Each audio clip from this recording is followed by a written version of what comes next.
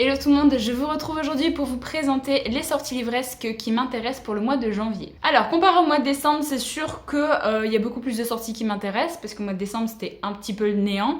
Mais comparé au mois de février qui va venir, il n'y a pas grand chose au mois de janvier. Donc au mois de février, autant vous dire qu'il va falloir préparer le petit porte-monnaie.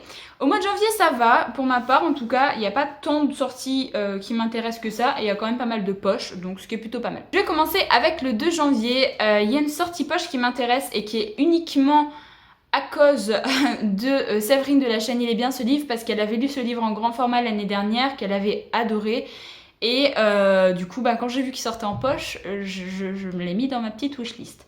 Donc c'est Dans son silence de Alex Michaelitz, bref, c'est un thriller. Je n'en sais pas forcément grand chose, à part qu'on doit suivre une femme qui va être, on va dire un petit peu qu'elle est instable mentalement et elle va être mise dans un hôpital psychiatrique de ce que j'ai compris.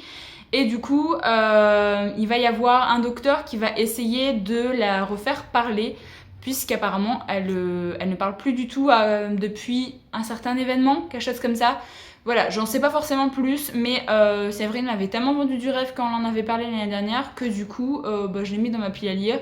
Et ma foi, je préfère la couverture poche que la couverture grand format. La couverture grand format me faisait un petit peu flipper, donc voilà, je préfère la couverture poche. Et petite info pour les personnes qui n'ont toujours pas lu Grisha de Lee Bardugo, il y a également la sortie poche, le 2 il me semble.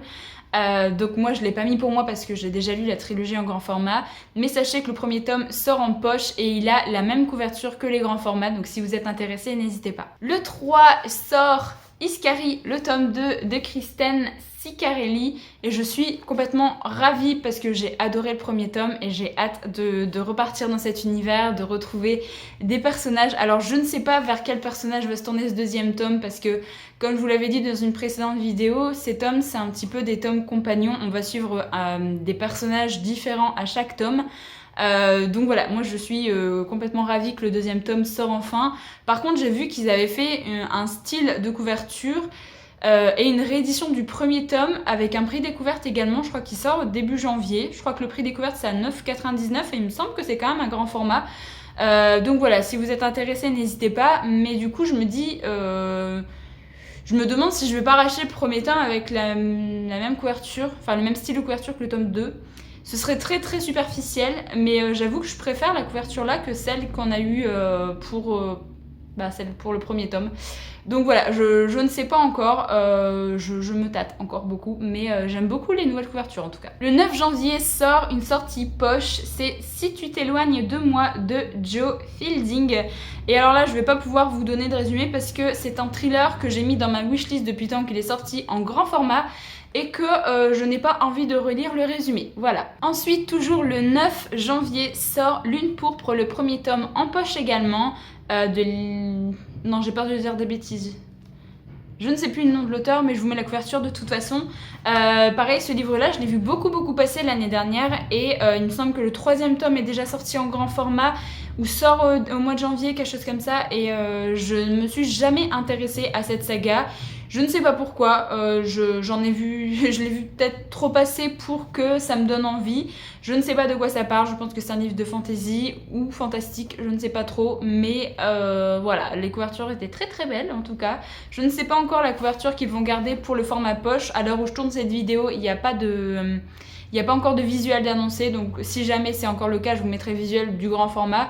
Mais voilà, je ne sais pas de quoi ça parle. Donc si jamais vous avez lu cette saga, dites-moi si ça vaut le coup ou pas que je me penche sur cette saga en sortie poche. Parce que du coup, je me dis, c'est...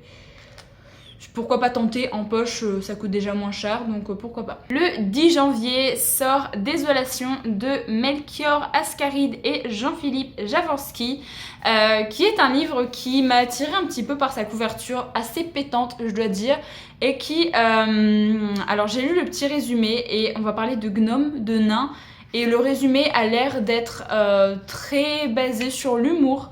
Donc je me dis que ça peut ressembler un petit peu à du Terry Pratchett, un petit peu avec cet humour-là. Donc j'ai hâte de voir ce que ça peut donner. Je ne sais pas si c'est un début de saga ou si c'est juste un one-shot. C'est pas indiqué sur les sites où je suis allée voir. Mais en tout cas, ça m'intrigue et je l'ai noté dans ma wishlist. Et j'attendrai d'avoir un petit peu des retours pour voir si je me le procure ou pas. Mais en tout cas, j'aime beaucoup la couverture et le fait de suivre des nains et des gnomes comme ça. Pourquoi pas. Le 22 janvier sort La piste des éclairs, le premier tome de Rebecca Roanne Ors. J'ai très mal écrit donc je ne sais pas, mais je vous mets la couve. Donc c'est le premier tome d'une saga, je n'en sais pas plus.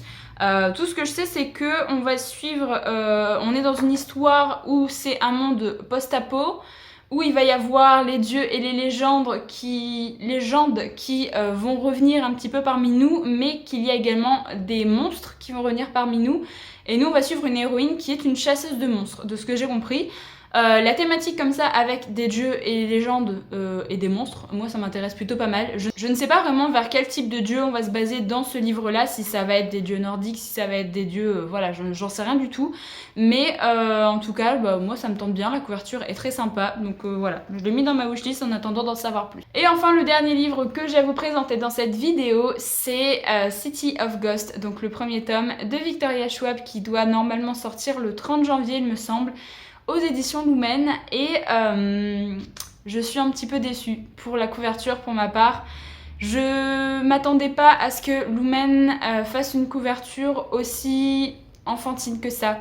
Je m'attendais vraiment à ce qu'on ait des belles couvertures, des nouvelles couvertures par rapport au fait qu'ils aient refait un petit peu les couvertures de Vicious, qu'ils ont refait les couvertures de Shades of Magic.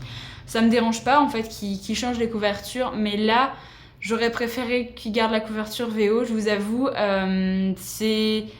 Je sais pas, en fait, ça donne pas envie. Je trouve que ça catégorise un peu trop le livre en tant que jeunesse, et du coup, pour les personnes qui lisent et qui sont plus trop enfants, enfin, je sais pas, je sais pas, ça met à part un petit peu par rapport à ce qu'on a l'habitude de voir également en livre jeunesse maintenant.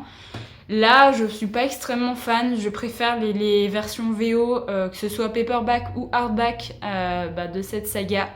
Donc je sais que j'en ai parlé avec plusieurs personnes et beaucoup m'ont dit « Ah bah tout compte fait, je vais le prendre en VO parce que c'est vrai que la version française n'est pas forcément attirante pour certaines personnes. Hein. Je sais qu'il y a certaines personnes également qui adorent, mais voilà. J'aurais bien aimé avoir tous les livres de Victoria Schwab chez Lumen parce que j'ai envie de supporter cette maison d'édition parce que je suis contente qu'elle ait traduit des livres de cet auteur parce que j'ai clairement adoré tout ce que j'ai lu d'elle. Mais là, je vous avoue que je ne sais pas encore. Peut-être que des livres jeunesse, j'arriverai à les lire en VO, donc je ne sais pas encore si je vais les procurer en VO ou dans cette édition, quitte à ne pas forcément apprécier, mais voilà. Je me tâte encore beaucoup. N'hésitez pas à me dire si vous préférez la version française ou anglaise. J'essaierai de vous mettre les deux l'un à côté de l'autre. Voilà, je suis assez perplexe. Donc voilà, cette vidéo sortie livresque est maintenant terminée. N'hésitez pas à me dire dans les commentaires si vous avez vu des sorties qui vous intéressent pour le mois de janvier. Forcément, j'ai pas tout vu non plus et je note également que ce qui m'intéresse moi. Donc, ok, mon chat s'éclate. Donc voilà, moi je vous retrouve très bientôt pour une prochaine vidéo. Donc en attendant, prenez soin de vous.